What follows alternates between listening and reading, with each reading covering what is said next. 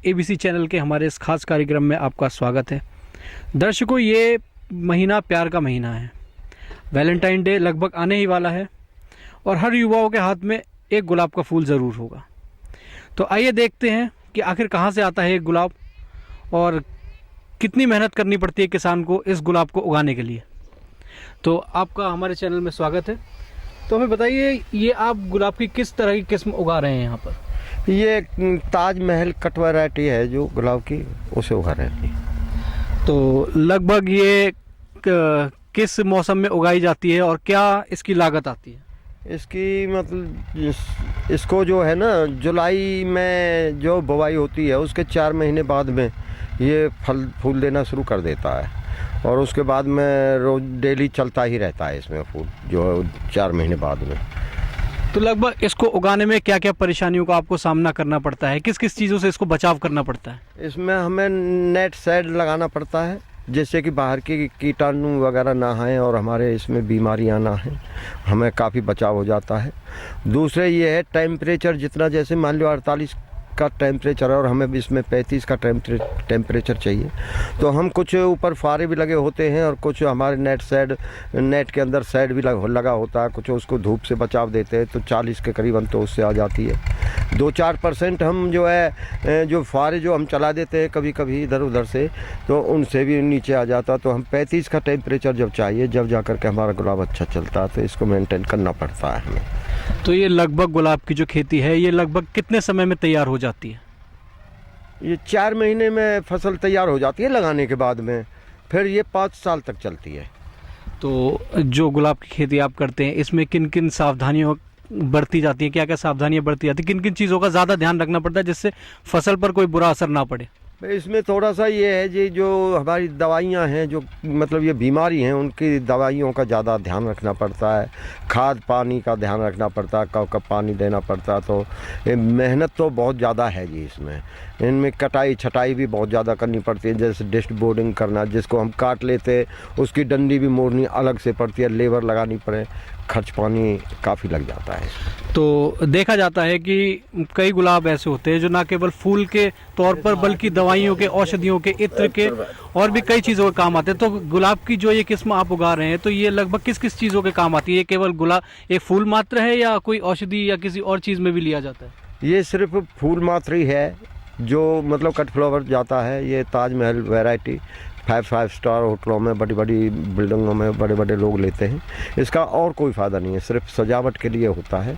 जो तेल की और गुलकंद बनाने की जो और वैरायटी हैं, उनको मैं अब की साल बाहर जो है करना चाह रहा हूँ, जिससे हम गुलाब का तेल भी निकालेंगे, गुलाब इत्र भी बनाएंगे और गुलकंद भी हम तैयार करने, क्योंकि जब फूल की खेती हम कर रहे हैं तो मधुमक्खी भी ज़रूर रखेंगे, पालेंगे, जिससे कि शहद भी अपना और गुलाब का फूल भी अपना और तेल भी अपना। तो ऐसा हमारा आगे चल के इसको देखते हुए, इसमें कुछ अच्छा होने के नाते हम खुले में गुलकंद बनाने वाला गुलाब भी उगाने की इच्छा में है। अच्छा, तो ये तो थी खेती की बात। अब कोई भी किसान मेहनत करता है खेतों में तो अपनी रोजी रोटी के लिए करता है। तो आप जो गुलाब की किस्म उगा रहे हैं, लगभग कितना इसमें मुनाफा है किसान को? तकरीबन 20-30 हज़ार रुपया हमारा दवाई गोली, लेबर वगैरह, आना जाना, मार्केट का आना जाना, ये सब खर्चा इतना तो आ ही जाता है हमारा।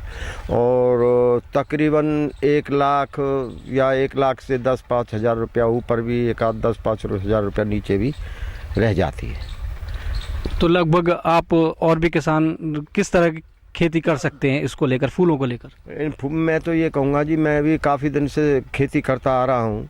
अगर सही ढंग से मन लगा करके खेत में फूल की जो खेती है, किसान अगर फूल की खेती को मन लगा करके करेगा तो कभी भी नुकसान नहीं आएगा, चाहे कितना भी वो हो जाए। ये मेरा अपना तजर्बा है इस चीज़ में। अच्छा, तो देखा जाता है कि गुलाब के फूल किस किस सीज़न में बहुत ज़्यादा लोकप्रिय रहते हैं? ये ज़्यादातर तो वैलेंटाइन डे जो अब चल रहा है, इसमें 1-1.5-2 महीने तो इसमें भी काफ़ी मतलब ये सहारा मिलता है, इसको बिकने के लिए बहुत महंगाई हो जाता है।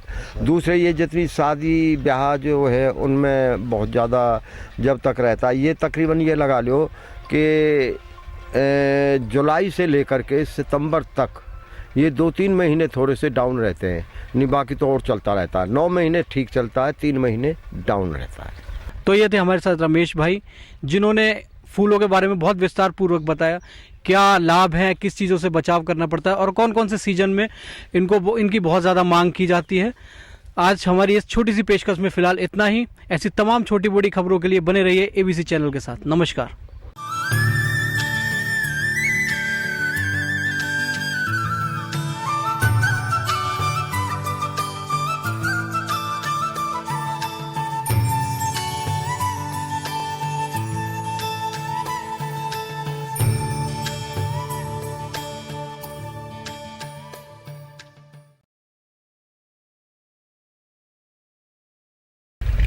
तो दर्शकों, अब तक हमने बात करी गुलाब के उत्पादन की, कैसे गुलाब उगाया जाता है, कैसे किसानों की मेहनत लगती है। लेकिन अब हम बात करेंगे किसानों को होने वाली परेशानियों को, उनकी समस्याओं को, जिसको लेकर हमारे साथ दलाल साहब आज मौजूद हैं।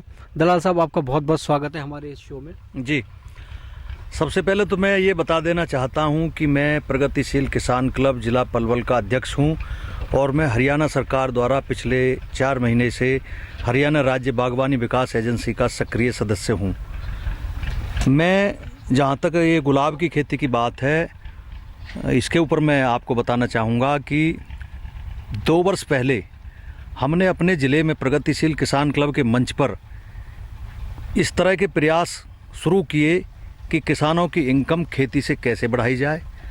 तो उसके लिए हमने ये देखा कि जो फूलों की खेती है, फूलों की खेती जो भी खेती हमारे देश में होती हैं उनमें सबसे लाभदायक अगर कोई हो सकती है तो वो फूलों की खेती है। हमने अपने मंच पर कुछ प्रगतिशील किसानों को चुन करके गोपालगढ़ गांव में गुलाब के नेट पॉली हाउस के अंदर हाइब्रिड फूलों की खेती करने के लिए इस क्षेत्र को चुना और इसमें सर्वश्री रमेश चौहान, राजवीर चौहान और दूसरे रमेश चौहान, महावीर चौहान, इन लोगों को हमने इसके लिए तैयार किया और हमने नेशनल हॉर्टिकल्चर बोर्ड की सहायता के माध्यम से अपने ज़िले में 8.5 एकड़ में इस गोपालगढ़ गांव में हाइब्रिड फूल गुलाब की जो ताजमहल वैरायटी है उसको लगाने के लिए प्रयास में हमने सफलता पाई और आज हम देख रहे हैं कि हमारे इस ज़िले के इस गांव में हमारे इन प्रगतिशील किसानों के नेट पॉली हाउसों में गुलाब लहला रहे हैं और हमारे किसान इन फूलों को लेकर के जो हमारी दिल्ली की मंडी है फूलों की, गाजीपुर, वहाँ जाकर के इन फूलों को बेच रहे हैं। हमारे किसान फरीदाबाद में 15 सेक्टर की मार्केट में भी बेचते हैं और जो गुड़गांव NCR का जो इलाका है जहाँ हमें सबसे ज़्यादा लाभ हो सकता है अपने उत्पादों को बेचने के लिए, उसके लिए हमारे पास नोएडा, गुड़गांव, दिल्ली, फरीदाबाद की जो पॉश मार्केट हैं वहाँ जाकर के हमारे किसान अपने फूलों को बेच रहे हैं। हमारे किसानों को बहुत लाभ हो रहा है।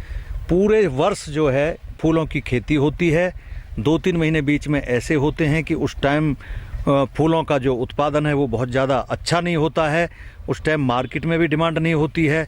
लेकिन जो बाकी के महीने होते हैं उन महीनों में हमारे किसान पूरे साल के भर के लगभग उसमें से इनकम निकाल लेते हैं। इसके लिए हमने प्रयास किया है।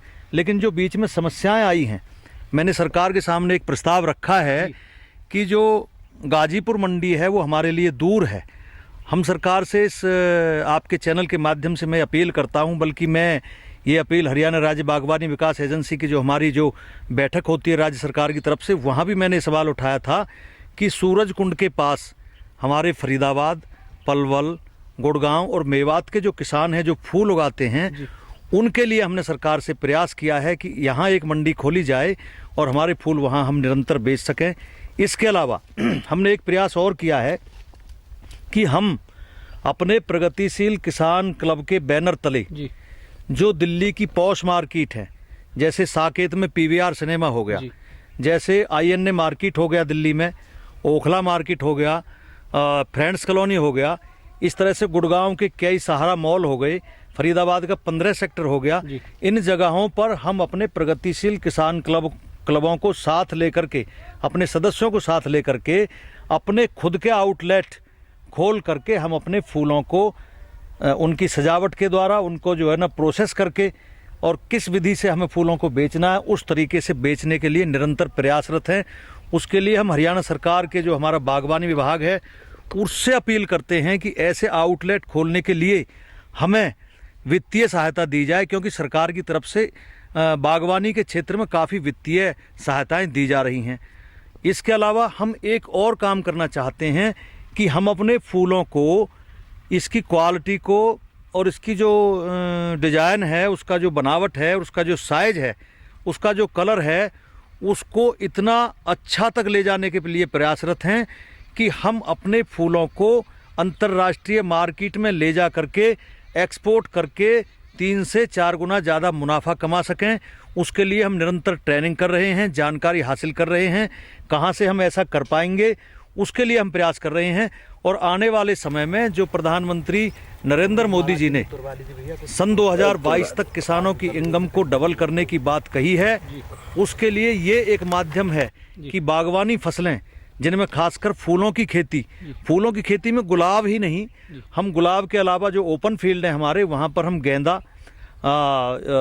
रजनीगंधा और ग्लाइडस और मोतिया, मोगरा और दूसरे जो भी सजावट के सुगंधीय पुष्प हैं जिनकी बहुत ज़्यादा डिमांड है, इस तरह के फूल भी उगाने के लिए हम अपने क्लब के माध्यम से सरकार के द्वारा ट्रेनिंग लेकर के, चाहे राष्ट्रीय स्तर पर हो, चाहे राज्य स्तर पर हो, चाहे अंतर्राष्ट्रीय स्तर पर हो, वहाँ जाकर के ट्रेनिंग लेकर के हम उन फूलों को उगाएंगे। और प्रधानमंत्री जी का जो सपना है 2022 तक किसानों की इनकम को डबल करने के लिए हम इस फूलों की खेती से इस सपने को साकार करेंगे। इसके लिए हम निरंतर प्रयासरत हैं।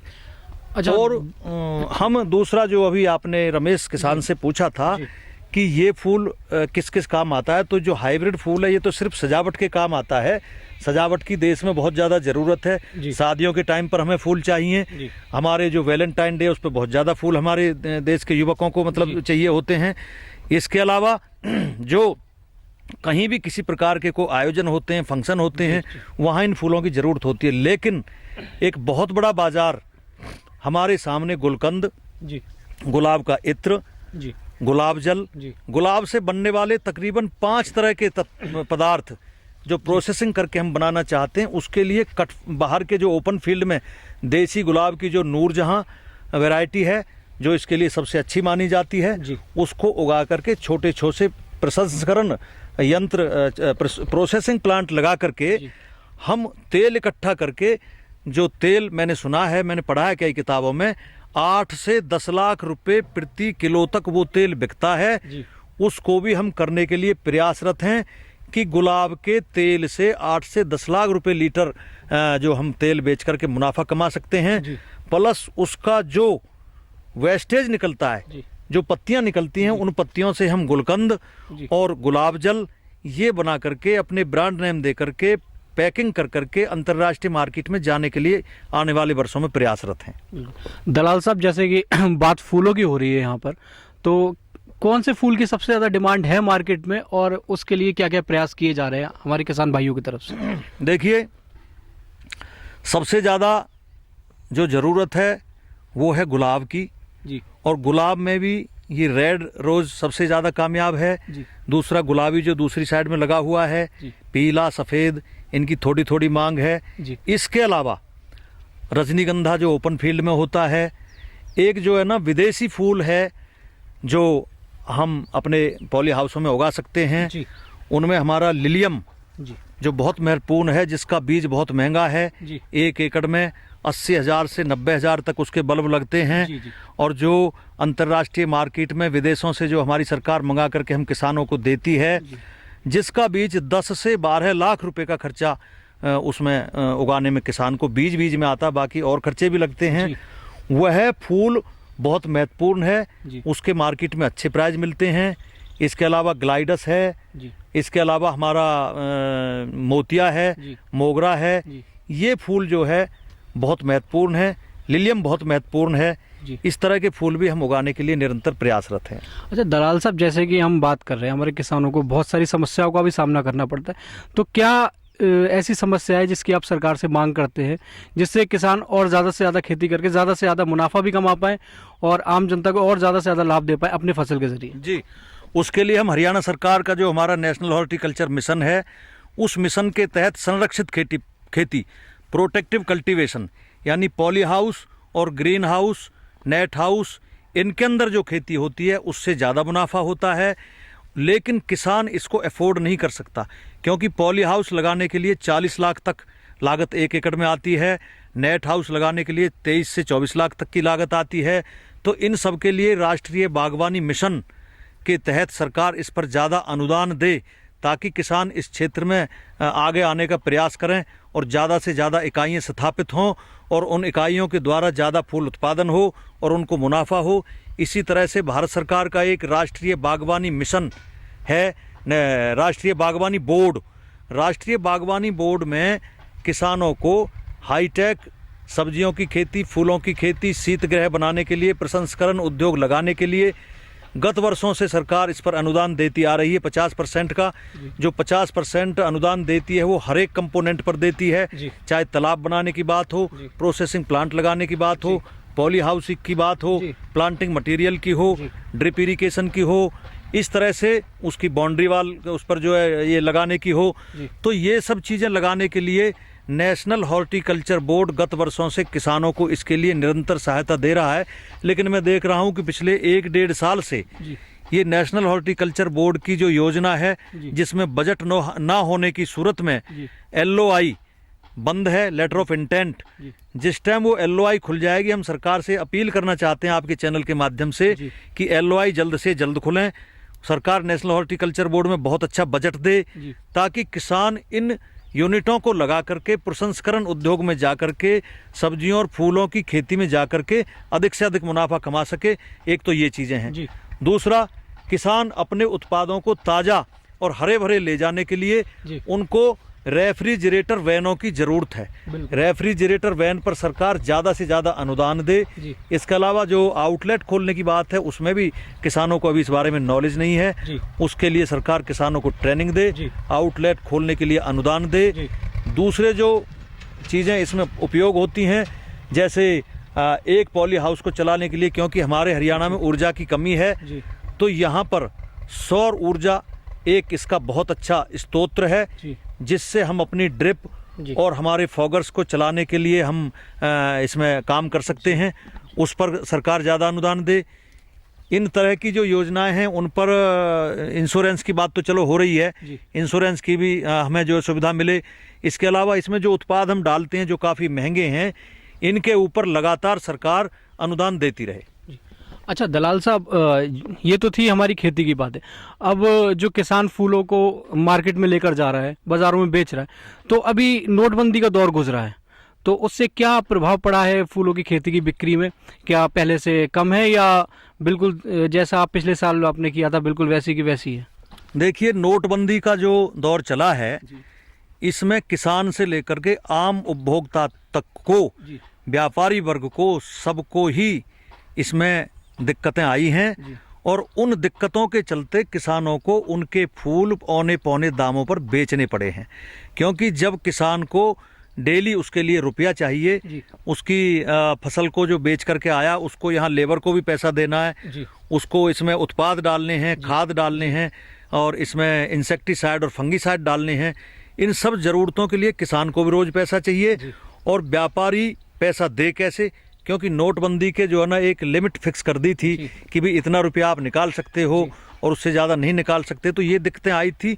नोटबंदी के दौर में किसानों को काफ़ी नुकसान हुआ। लेकिन अब धीरे धीरे जब नोटबंदी का दौर समाप्ति की तरफ है और बाजार धीरे धीरे खुल रहा है और पर्याप्त मात्रा में नोट आने शुरू हो गए हैं, तो किसान की इनकम भी अब बढ़ना शुरू हो गई है। तो दर्शकों, ये थे हमारे साथ दलाल साहब। किस तरह की दिक्कतें झेलनी पड़ती है किसानों को और नोटबंदी पे कितना असर पड़ा है उनकी जेब पर, ये सब आपने देखा। फिलहाल हमारे इस पेशकश में इतना ही। ऐसी छोटी बड़ी तमाम खबरों के साथ जुड़े रहिए ABC चैनल के साथ। नमस्कार।